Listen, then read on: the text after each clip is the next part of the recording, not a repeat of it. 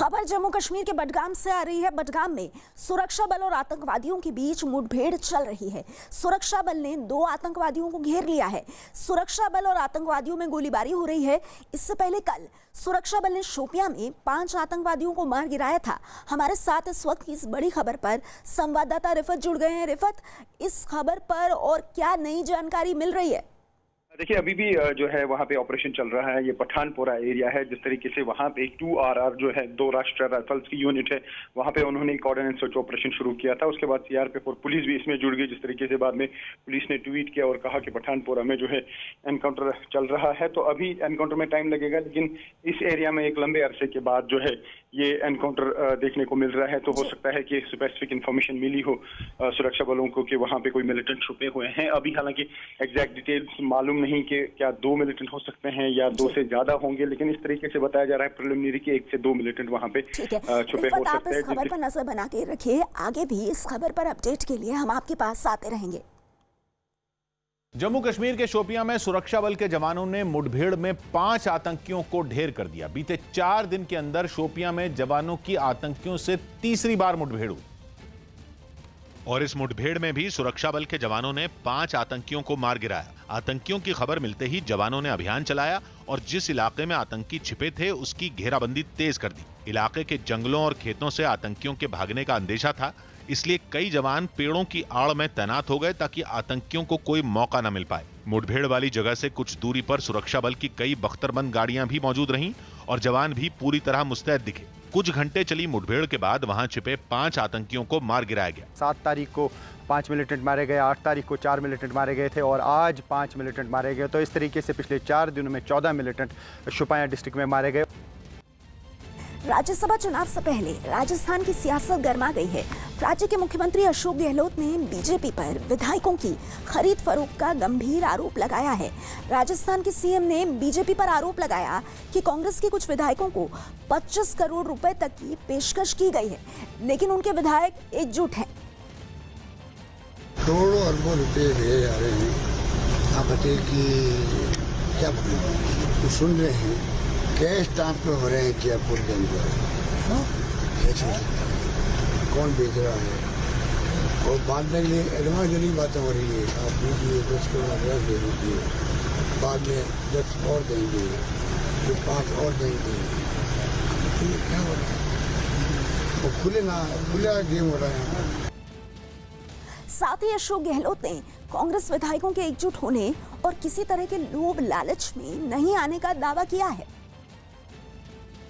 हमारे विधायक बहुत समझदार है, वो समझ गए और खूब उनको लालच देने की कोशिश की गई। मुझे गर्व इस बात का है कि 6 BSP के विधायक आए हमारे पास, 13 विधायक आए दिल्ली। हिंदुस्तान के इतिहास में पहला राज्य राजस्थान है जहाँ पर 1 रुपये का चुनाव नहीं होता। इस बात का मुझे गर्व है कि नई धरती में मुख्यमंत्री हूँ जिस धरती से लाल ऐसे हैं जो बिना सौदे के, बिना लोभ लालच के साथ देते हैं सरकार का। सरकार स्टेबल रहनी चाहिए राजस्थान में।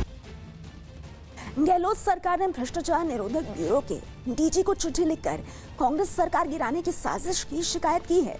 बताया जा रहा है कि इसके बाद मुख्यमंत्री अशोक गहलोत ने कांग्रेस और निर्दलीय विधायकों को अपने आवास पर बुलाया, जहां उनसे 5 बसों में बिठाकर एक रिजॉर्ट में उनको भेज दिया गया।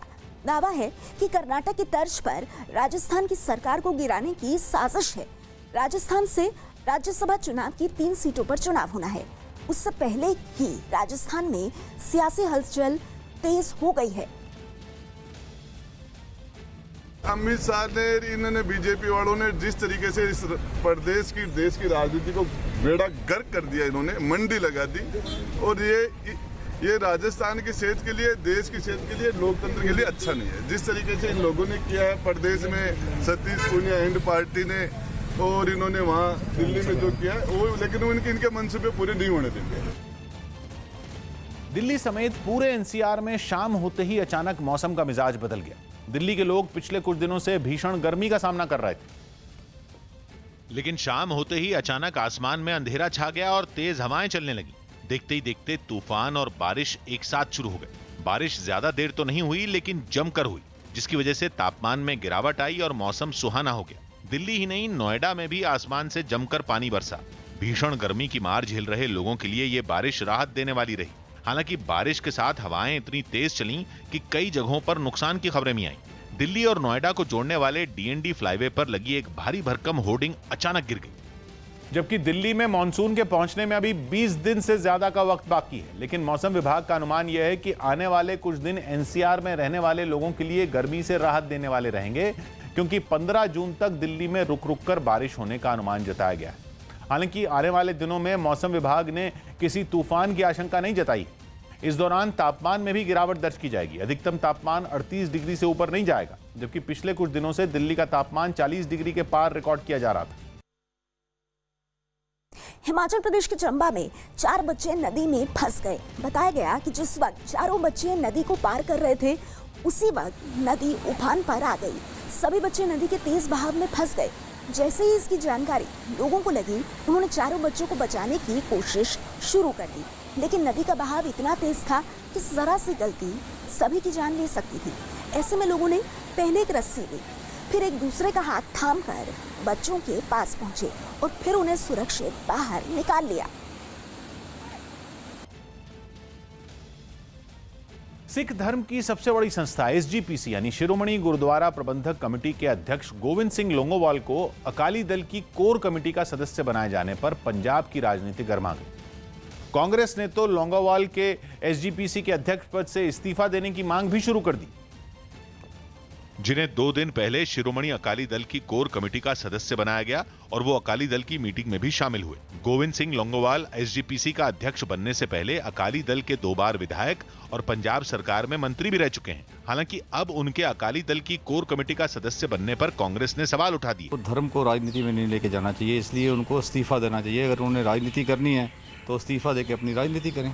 वहीं आम आदमी पार्टी ने भी धर्म को राजनीति से अलग रखने की नसीहत दी। ग्रंथों में भी लिखा है कि धर्म से राजनीति को प्रेरणा लेनी चाहिए, ना कि उसको यूज या मिसयूज किया जाना चाहिए। इस पर अकाली दल ने पलटवार किया और विरोधियों को अकाली दल और एसजीपीसी का इतिहास याद दिलाया। तो हिस्टोरिकली जब भी श्रोमणी अकाली दल की कमेटी बनती है, जो भी एसजीपीसी का प्रेसिडेंट होता है वो एक्स ऑफिशियो उसका मेंबर होता है। एक ऑनर एसजीपीसी के प्रेसिडेंट को दिया जाता है। दिल्ली में कोरोना संकट के बीच मुख्यमंत्री अरविंद केजरीवाल ने ट्वीट कर बताया कि गृह मंत्री अमित शाह के साथ उनकी बैठक हुई, जिसमें दोनों के बीच इस मुद्दे पर चर्चा हुई। अरविंद केजरीवाल के मुताबिक अमित शाह ने उन्हें कोरोना से निपटने में पूरी मदद का भरोसा दिया है।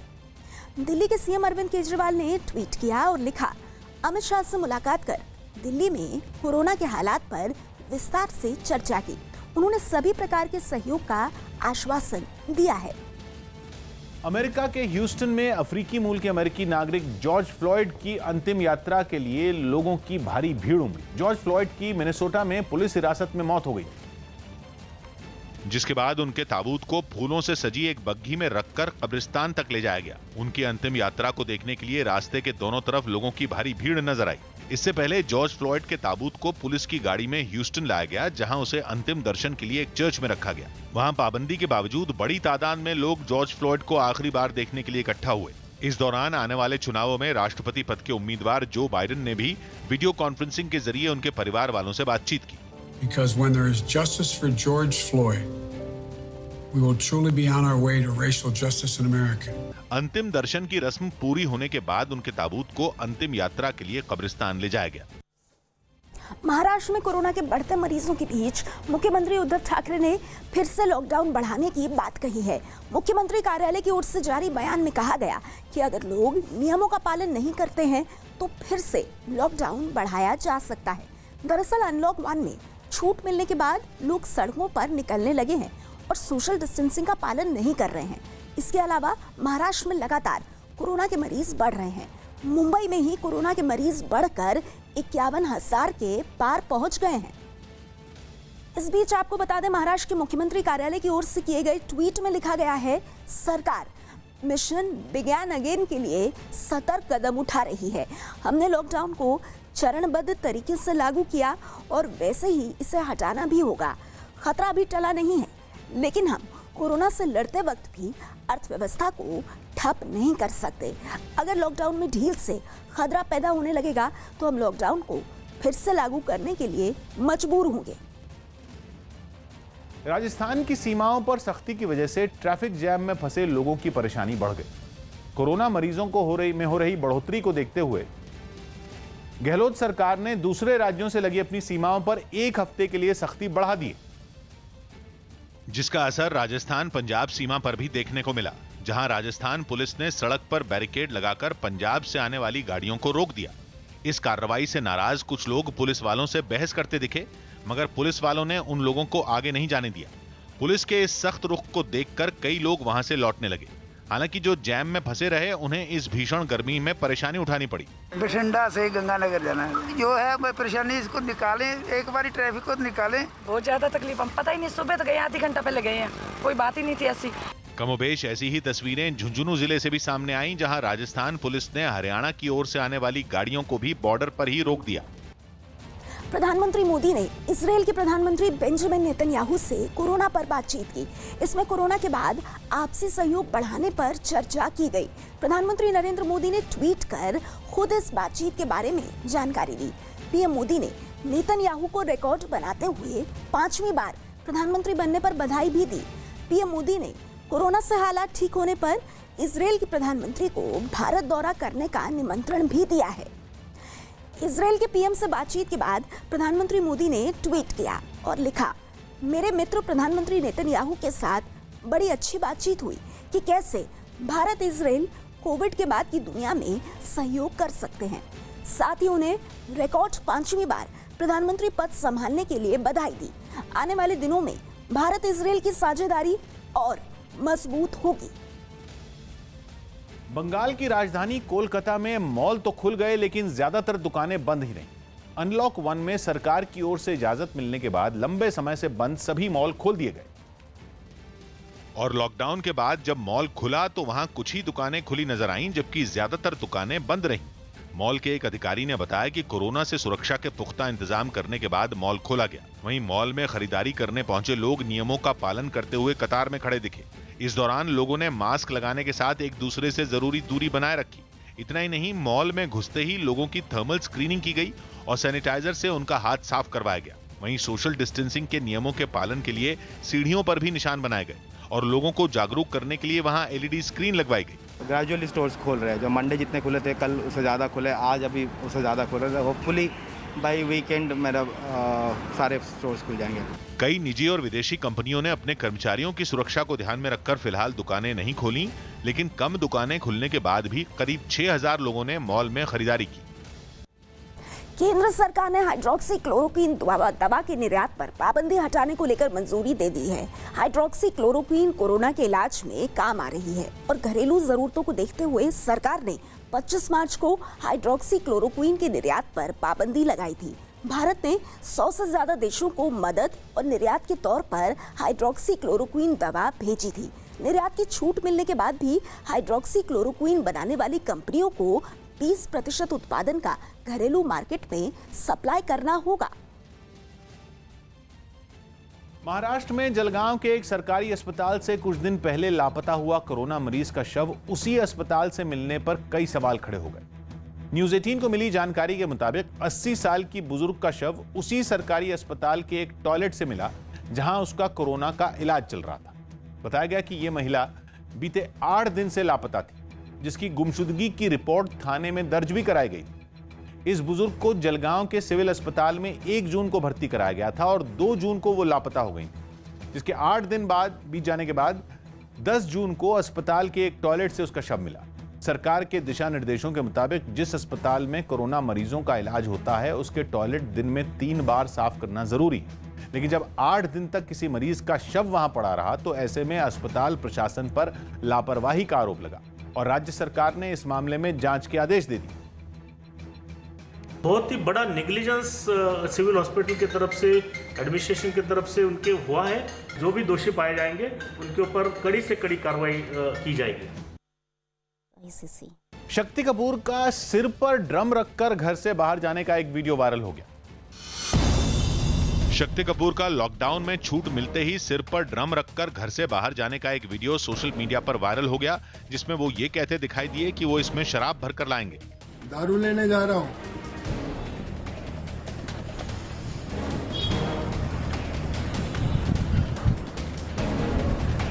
पूरे सोसाइटी के लिए लेके आना। यूपी के आगरा में पेठे के कारोबारियों ने कोरोना वायरस संकट और लॉकडाउन से काफी नुकसान होने का दावा किया। आगरा के पेठे की दुनिया भर में एक खास पहचान है। बहुत मोटा नुकसान हुआ है इसमें पेठे वालों का, रखे माल खराब होगा, लाखों रुपए का नुकसान हुआ है। पटना में एक पशु प्रेमी ने अपनी आधी संपत्ति अपनी पत्नी और आधी 2 हाथियों के नाम कर दी। ये नहीं चाहता हूँ कि मेरी भी हाथी जो और जैसे लवारिस के तरफ घूम रहे हैं, जिसको खाना नहीं मिल रहा है, दवा नहीं मिल रहा है, इलाज नहीं मिल रहा है, तो कम से कम हमने इसका तो अपना शेयर, मैं अपना शेयर सिर्फ जो है हाथियों को दे दिया हूँ।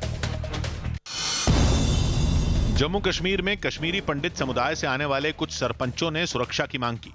कुछ दिन पहले आतंकियों ने अनंतनाग में कश्मीरी पंडित सरपंच की गोली मारकर हत्या कर दी थी। इस सरकार को मजबूर करेंगे कि इसका जांच करो और जो अभी काम करने वाले लोग हैं उनको सुरक्षा प्रदान होनी चाहिए। इस बात के लिए हमने आज प्रोटेस्ट रखा।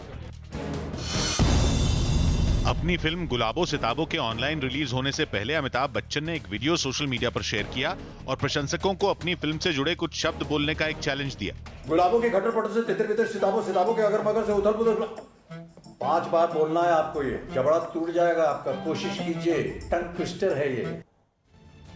यूपी के बदायूं में अंडरपास बनाने के दौरान हादसा हो गया। रेलवे की ओर से बनाए जा रहे अंडरपास के दौरान 44 मजदूर मिट्टी में दब गए, जिन्हें फौरन मिट्टी खोदने वाली मशीनों की मदद से निकाला गया। इन्हें इलाज के लिए भर्ती कराया गया है। बताया गया कि अंडरपास बनाने के दौरान अचानक मिट्टी ढह गई, जिसमें ये मजदूर दब गए। इन मजदूरों को फौरन ही वहां से सुरक्षित बाहर निकाला गया।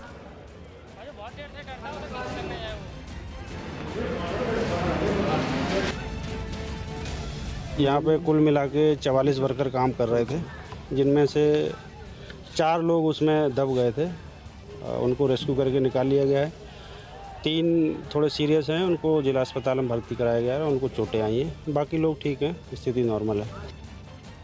कोरोना संकट के बीच व्हीलचेयर के बाजार में भारत की कंपनियों की मांग बढ़ गई। कुछ दिन पहले तक इस बाजार में सिर्फ चीन की कंपनियों का ही दबदबा था, लेकिन दुनिया भर में कोरोना वायरस फैलने के बाद लोगों ने चीन के सामान से दूरी बना ली और यही वजह रही कि भारत में बनी व्हीलचेयर की मांग काफी बढ़ गई, जिसके बाद हरियाणा के मानेसर में एक फैक्ट्री में कुछ लोग व्हीलचेयर तैयार करते दिखाई दिए। भारत के साथ बिगड़ते रिश्तों के बीच और कोरोना संकट के बाद अब व्हीलचेयर कंपनियों की कोशिश है कि वो चीनी कंपनियों का मुकाबला मेड इन इंडिया से करें।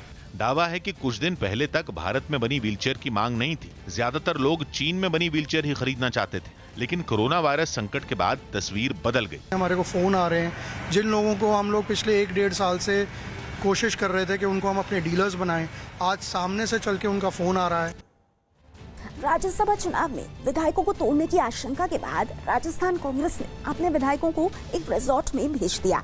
इससे पहले जयपुर में मुख्यमंत्री अशोक गहलोत के घर पर विधायकों की एक बैठक हुई। इसमें कांग्रेस विधायकों के साथ पार्टी को समर्थन देने वाले कुछ निर्दलीय विधायक भी शामिल हुए।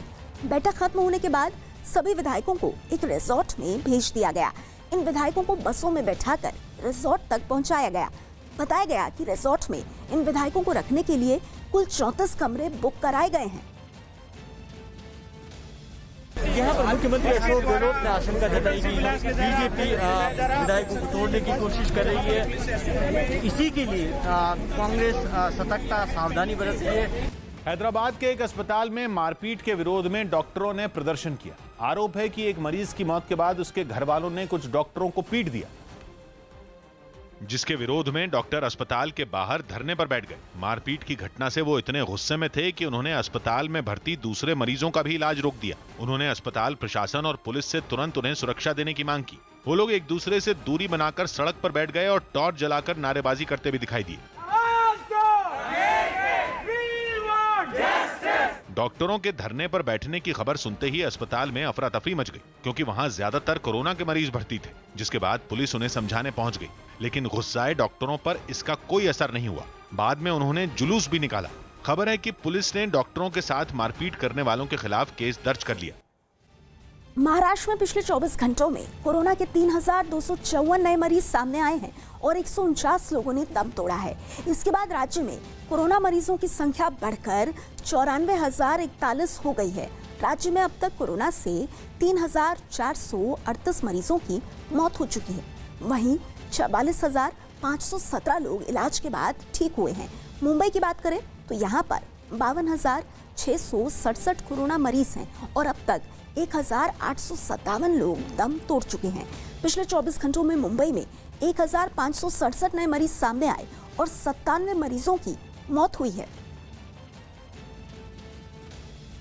यूरोपीय देश स्पेन के बार्सिलोना में कार बनाने वाली कंपनी निसान के अपने कुछ प्लांट बंद करने के फैसले के विरोध में कर्मचारियों ने प्रदर्शन किया।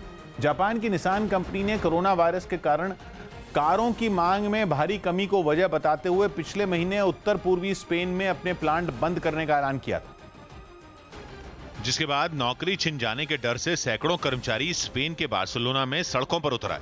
निसान कंपनी के फैसले के खिलाफ आवाज उठाने के लिए कुछ कर्मचारी हाथों में तख्तियां और मोमबत्तियां थामे दिखे।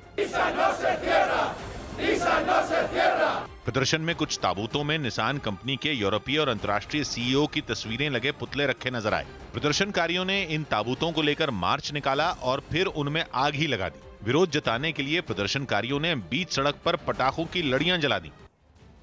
दिल्ली में पिछले 24 घंटों में कोरोना के सबसे ज्यादा 48 मरीजों की मौत हुई है। इसके बाद दिल्ली में कोरोना से मरने वालों का आंकड़ा बढ़कर 984 हो गया है।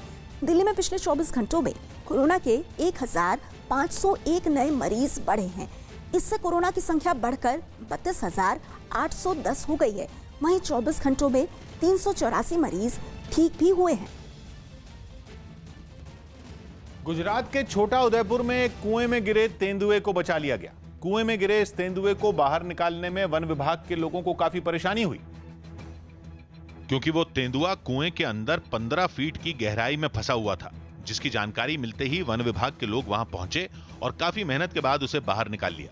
इसके लिए कई इंतजाम किए गए ताकि कुएं से बाहर निकलने पर तेंदुए के हमले से बचा जा सके। वहां पहले तो एक सीढ़ी बनाई गई और फिर पास वाले मकान की छत से उसे रस्सी की मदद से कुएं में फंसे तेंदुए तक पहुंचाया गया, जिसके बाद तेंदुआ उसे पकड़कर बाहर निकलने में कामयाब हो गया। लेकिन कई बार ऐसा हुआ कि ऊपर आने की कोशिश में तेंदुआ सीढ़ी से फिसल गया और वो नीचे गिर गया, लेकिन उसने कोशिश नहीं छोड़ी और फिर वो बाहर निकलकर तेजी से जंगल की तरफ भाग गया। पिंजड़े में लेना भी मुश्किल था क्योंकि वो हमला कर सकता था, तो उसमें सीढ़ी उतार के उसको 2 घंटे के बाद निकाल लिया गया है और वो जंगल की ओर चला गया है। राजस्थान के भीलवाड़ा में एक लड़का पुलिस वालों से भिड़ गया। बताया गया कि इस लड़के ने बैरिकेडिंग में टक्कर मार दी थी। इसके बाद पुलिस ने इसे पकड़ लिया और इसकी पिटाई कर दी। इसके बाद लड़का भड़क गया और उसने पुलिसकर्मी की वर्दी फाड़ दी। इस दौरान उसने पुलिस वालों के साथ हाथापाई भी की। इसके बाद पुलिस ने उसे गिरफ्तार कर लिया।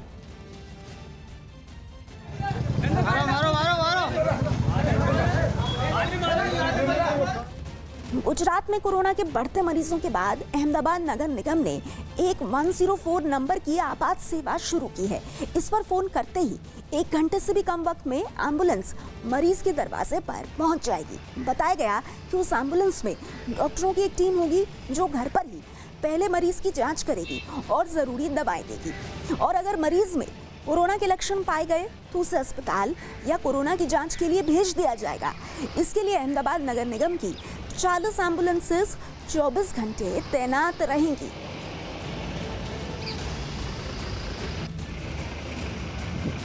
फुल्ली लोडेड एम्बुलेंसेस 104 नंबर ऊपर अगर आप फ़ोन करेंगे तो वो आपके घर पर आएंगी। उसमें डॉक्टर्स होंगे, पैरामेडिक्स होंगे, दवाएं होंगी। और अगर आप किसी कारण से अर्बन हेल्थ सेंटर में नहीं जा सकते हैं या धन्वंतरी आरोग्य रथ जो आपके मोहल्ले में सोसाइटी में आता है वहाँ नहीं जा सकते हैं, तो ये एम्बुलेंस फ़ोन करके 104 नंबर पर आप इसकी सेवा का लाभ ले सकते हैं। और अगर आपको ज़रूरत है कि अर्बन हेल्थ सेंटर में रेफ़र करने की या हॉस्पिटल में दाखिल करने की भी, तो ये 104 सर्विस के द्वारा ये पूरा किया जाएगा। कोरोना संकट के बीच अहमदाबाद नगर निगम ने लोगों की मदद के लिए एक नई इमरजेंसी सेवा शुरू की। जानकारी के मुताबिक अहमदाबाद नगर निगम ने 104 नंबर की अतिरिक्त इमरजेंसी सेवा की शुरुआत की, जिस पर फोन करते ही 1 घंटे से भी कम वक्त में एम्बुलेंस मरीज के दरवाजे पर पहुंच जाएगी। बताया गया कि उस एम्बुलेंस में डॉक्टरों की एक टीम होगी जो घर पर ही पहले मरीज की जांच करेगी और जरूरी दवाएं देगी। अगर मरीज में कोरोना के लक्षण पाए गए तो उसे अस्पताल या कोरोना की जांच के लिए भेज दिया जाएगा। इसके लिए अहमदाबाद नगर निगम की 40 एम्बुलेंस 24 घंटे तैनात रहेंगी। 104 सर्विस पर फोन करें। अगर आप दवाखाने या धन्वंतरी आरोग्य रथ में नहीं जा सकते हैं, अशक्ति है, ज्यादा बीमारी है, तो आपके घर पर डॉक्टर और एम्बुलेंस आएगी। न्यूजीलैंड में शनिवार से रग्बी मैचों की शुरुआत होगी। कोरोना वायरस से जंग जीतने के बाद न्यूजीलैंड में शनिवार से रग्बी मैचों की शुरुआत होगी। शनिवार को होने वाले मैच में 20,000 जबकि रविवार को 35,000 दर्शकों के पहुंचने की उम्मीद जताई गई। महाराष्ट्र के औरंगाबाद में कुछ लोगों पर एक कारोबारी के बेटे और बेटी की हत्या कर मकान से 1 किलो सोना लूटने का आरोप लगा। गुजरात के बनासकांठा के बाद अब पाटन जिले में भी टिड्डियां दिखने से प्रशासन अलर्ट हो गया। आंध्र प्रदेश सरकार ने विशाखापट्टनम गैस लीक मामले की जांच के लिए एक कमेटी बना दी, जिसे 22 जून तक अपनी जांच रिपोर्ट सौंपनी होगी। चंडीगढ़ में एक पुलिस वाले और उसके परिवार पर पड़ोस में रहने वाली नर्स के साथ मारपीट का आरोप लगा। घायल नर्स अस्पताल में भर्ती है, जबकि पुलिस ने दोनों पक्षों की शिकायत पर केस दर्ज किए हैं। हिमाचल प्रदेश के मंडी में बीच सड़क पर कार मोड़ने की वजह से हादसा हो गया। बाइक पर आ रहा एक लड़का कार से टकरा गया। इस हादसे में लड़के को कोई चोट नहीं आई, बल्कि वो कार से टकराने के बाद उठकर खड़ा हो गया। तस्वीरों में एक कार सड़क पर जाती दिखाई दे रही है। इस दौरान वहां से कई और गाड़ियां भी गुजरी। इस बीच सड़क को खाली देखकर कार वाले ने यू टर्न लेने की कोशिश की, लेकिन पीछे से तेज रफ्तार से आ रही मोटरसाइकिल उससे टकरा गई। इसके बाद लड़का उछलकर कार की दूसरी तरफ जा गिरा। इस हादसे में लड़के को कोई चोट नहीं आई है।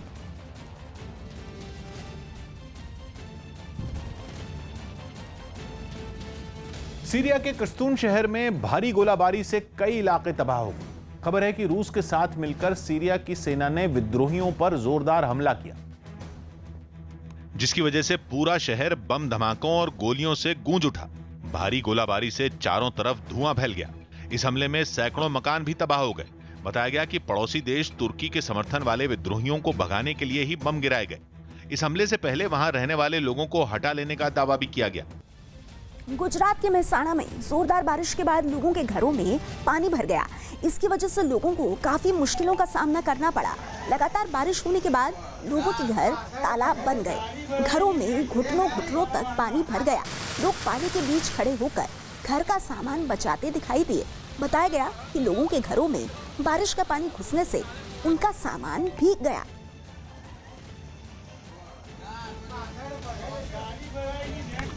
यूपी में पाकिस्तान से आई टिड्डियों के हमले का दायरा लगातार बढ़ता जा रहा है। इसी कड़ी में अब प्रयागराज भी टिड्डियों के हमले की चपेट में आ गया। जहां टिड्डियों के हमले को नाकाम करने के लिए प्रशासन ने पूरी ताकत झोंक दी। फायर ब्रिगेड के कर्मचारी टिड्डियों को भगाने के लिए पेड़ों पर केमिकल का छिड़काव करते दिखे, जबकि कुछ लोग टिड्डियों को भगाने के लिए बर्तनों को बजाते और पटाखों को फोड़ते नजर आए।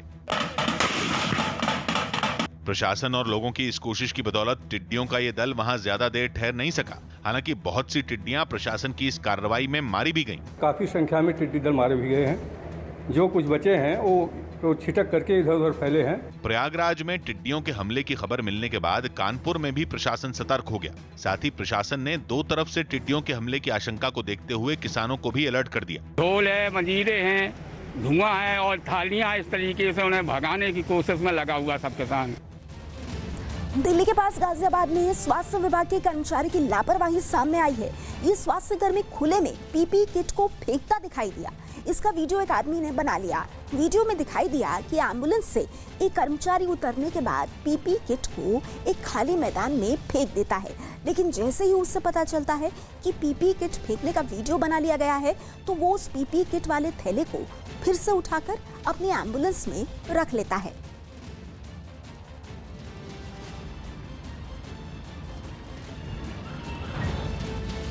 कर्फ्यू हटाने की मांग को लेकर राजस्थान के कोटा में लोगों ने धरना दिया।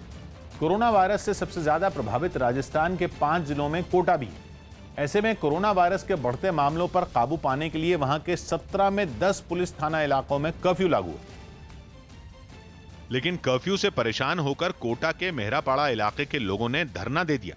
कर्फ्यू हटाने की मांग करते हुए ये लोग गली में ही बैठे नजर आए और जिला प्रशासन के खिलाफ नारे लगाते सुनाई दिए।